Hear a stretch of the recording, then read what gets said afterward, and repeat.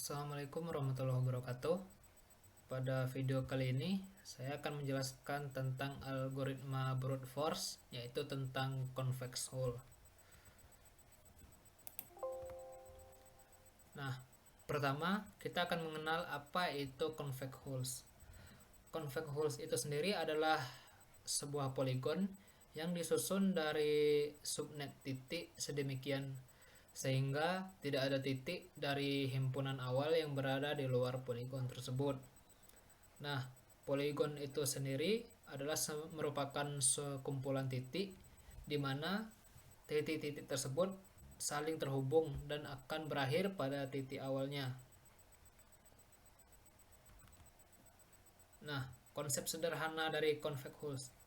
Lalu, apa hubungannya poligon dengan convex hulls ini?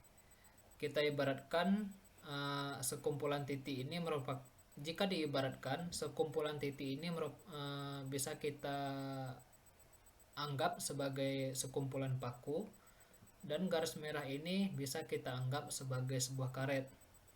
Jika kita memasang karet pada sekumpulan paku ini, otomatis karet ini akan merenggang dan hanya akan menghubungkan paku-paku yang berada di yang paling luar.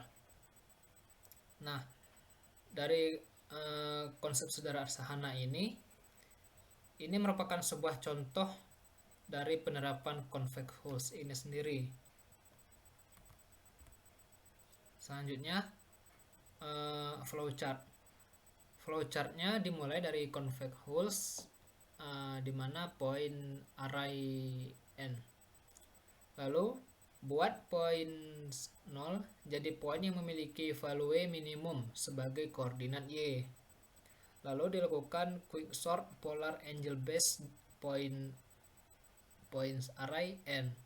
Maksud dari polar angle base ini adalah sudut kutub sebagai titik awalnya.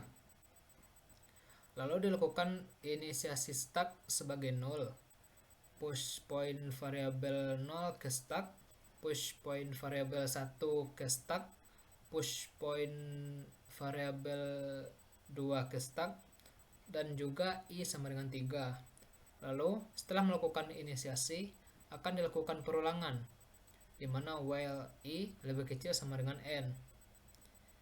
Jika counterclockwise atau berlawanan arah jarum jam, di mana stack second to, stack first stop, dan poin array i lebih kecil sama dengan 0, maka dilakukan pop dari stack.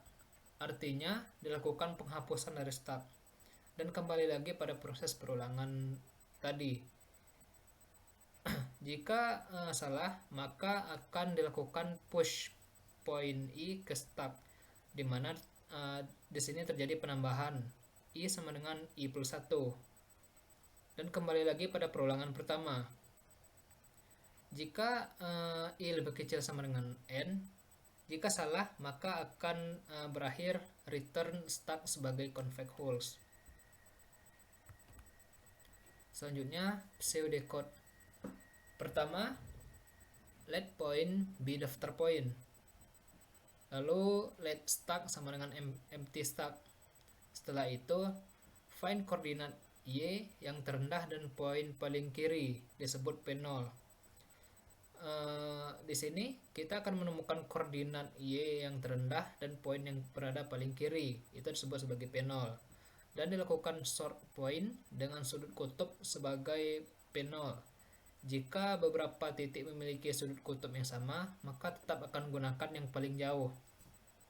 Lalu di sini dilakukan perulangan for point in points. Di sini terdapat catatan pop point terakhir dari stack jika putar searah jarum jam mencapai titik ini, dan dilakukan perulangan lagi while count stack lebih besar dari 1 and ccw atau counter clockwise atau berlawanan arah jarum jam. Next to top stack, lalu top stack, point lebih kecil dari 0, maka dilakukan pop start, atau lebih kecil, maksud saya dilakukan penghapusan dari start dan di push point to start dan end. Kompleksitas waktunya, biarkan n menjadi jumlah titik input. Algoritma membutuhkan waktu O n log n jika kita menggunakan algoritma pengurutan. Langkah pertamanya itu menemukan titik terbawah, membutuhkan O waktu. Langkah keduanya mengurutkan poin, membutuhkan waktu O n log n. Dan langkah ketiga membutuhkan O n waktu. Pada langkah ketiga, setiap elemen didorong dan muncul paling banyak satu kali. Di sini terjadi perulangan lagi dan kembali mengulang ke langkah pertama. Jadi langkah ke-6 untuk proses poin satu persatu membutuhkan waktu dengan asumsi bahwa operasi start membutuhkan waktu O1. Kompleksitas waktu keseluruhannya adalah On tambah On log n tambah On tambah On yang merupakan On log n. Selanjutnya codingannya. Di sini saya telah membuat codingan tentang config hole dan akan kita runkan. Nah, di sini terdapat beberapa kendala di mana garis biru yang seharusnya sudah saya buat di codingannya tidak terbaca pada outputnya. Dan di sini saya telah mendapatkan beberapa alternatif di mana terdapat codingan yang sama namun memiliki output yang sama. Okay. Run as Java application. Nah, di sini terdapat sebuah output yang mana output ini merupakan output dari codingan kita tadi. Okay. Nah, mengapa di sini memiliki dua output yang berbeda? Karena di dalam codingannya kita menggunakan random, import random yang membuat output kita bisa bervariasi tergantung sistemnya ini. Nah, selanjutnya visualisasi.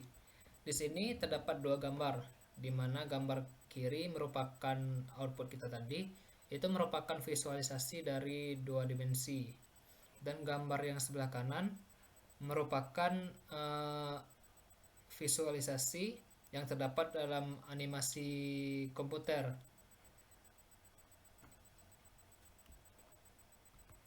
Nah, mungkin cukup itu saja video saya pada kali ini. Lebih kurang saya minta maaf. Saya tutup dengan Assalamualaikum warahmatullahi wabarakatuh.